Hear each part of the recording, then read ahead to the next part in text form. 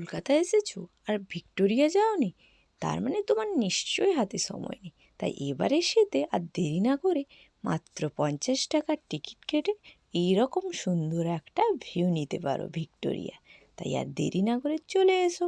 আর আমরা গেছিলাম, মেঘলা ছিল ওয়েদার, দেখিয়েও ছিলাম। তাই এখানে বৃষ্টি হয়ে জল চারিদিকে জমে গেছে। তবে একটা যেন বৃষ্টিতে যেন এদিকে জল জমে গেছে, সেরকম গাছগুলোরও একটা অন্যরকম রূপ ফুটে উঠেছে। জাস্ট দেখো গাছগুলো কত সুন্দর আর অন্য রূপ ফুটে উঠেছে। বৃষ্টি হলে প্রত্যেকটা গাছেরই একটা অন্যরকম রূপ ফুটে ওঠে। এইভাবে আমরা এগিয়ে চললাম সামনের দিকে। আর পার্কগুলো দেখো, অসাধারণ সুন্দর। আর এই যে ঝিল, ওখানে তো বসারও জায়গা আছে, কেউ এসে তাদের কোয়ালিটি টাইম স্পেন্ড করতে পারে। যে যেমন পারে যখন টাইম পায় চলে আসে।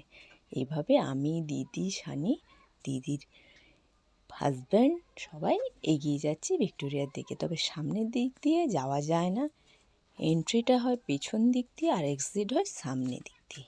এখানে চেকিংও হয়, সেই জন্য আমরা পেছন দিয়ে যাচ্ছি এন্ট্রি নেওয়ার জন্য। আর পেছনেও বাগানটা বিশাল বড়, দেখেছো জায়গাটা? এইগুলো ঘুরে দেখার জন্য হাতে প্রচুর সময় নিয়ে আসতে হবে। আমাদের হাতে তো বিশেষ সময় ছিল না, তাই আমরা সবটা ঘুরে দেখতে পারিনি। এইভাবে আমরা এগিয়ে চললাম। এই যে এখানে হবে আমাদের চেকিং। আর দেওয়ালগুলো জাস্ট অসাধারণ, দেখেছো? এত বছরের পুরনো, তাও যেন দেওয়ালে কোনো দাগ নেই, এত সুন্দর। আর এখানে আমাদের ব্যাগ, মোবাইল সব কিছু চেকিং হয়ে ঢুকে পড়লাম ভেতরে। ভেতরের ভিউটা দেখেছো? এখানে বিভিন্ন বিভিন্ন মনীষীদের ছবি, তাদের সম্পর্কে লেখা আছে। আর এটা তো গ্রাউন্ড ফ্লোর। এখানে দেখে যাও না, ভুলভুলাইয়ার মতো, এখানে একবার ওখানে আবার, এখান থেকে মনে হচ্ছে ছাদ, কিন্তু উপরে গেলে এই দৃশ্যটা দেখাই যায় না। আর লাইটগুলো পড়ে দেওয়ালগুলোর অন্য একটা রূপ ফুটে উঠেছে। এটা আর একটা ফ্লোর, ওই গ্রাউন্ড ফ্লোরে আর একটা দিক।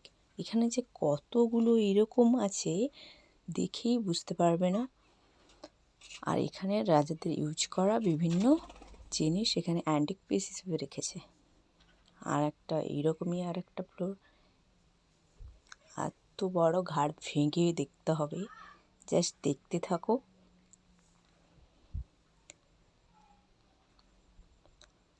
এটা তো একদম গ্রাউন্ড ফ্লোর। এরপরে আরও ফার্স্ট ফ্লোর আছে, সেকেন্ড ফ্লোর আছে। সবটা ঘুরে দেখতে গেলে হাতে প্রচুর সময় নিয়ে আসতে হবে। আর ওই যে বক্সের মতো ওগুলো কী আছে আমি এখনও বুঝতে পারি না। এভাবে শেষ হলো নিচেরটা, এরপর সিঁড়ি দিয়ে আমরা ওপরে উঠছি। সিঁড়িগুলো দেখেছো? এখানে কোনো লিফটের ব্যবস্থা নেই, তাই প্রচুর সিঁড়ি ভেঙে ওপরে উঠতে হবে। আর ওপর থেকে দৃশ্যটা দেখো, জাস্ট আমেজিং। এইখান থেকে মানে ওখানে সব প্রজারা কী করতেন বা কে আসছে, সৈন্য সামন্তরা মনে হয় এখানে বসেই দেখতেন। জাস্ট অসাধারণ। এরকম একটা ভিউ পেতে হলে চলে আসো ভিক্টোরিয়া, আর দেরি না করে। আর ওটা উপর থেকে নিচের দৃশ্য। এখানে নিচে কোনো এসির ব্যবস্থা ছিল না, তবে এখানে প্রত্যেকটা রুমে এসি আছে। আর সব প্রজেক্টরের মাধ্যমে দেখানো হচ্ছে কখন কী ঘটেছিল, সব কিছুই এখানে পাবে। কাঁচের বক্সের মধ্যেও অনেক কিছু অ্যান্টিক জিনিস ওনাদের আছে, স্থগিত করে রেখেছে। এখানে বসে দেখতে পারো, তারও ব্যবস্থা আছে। এখানে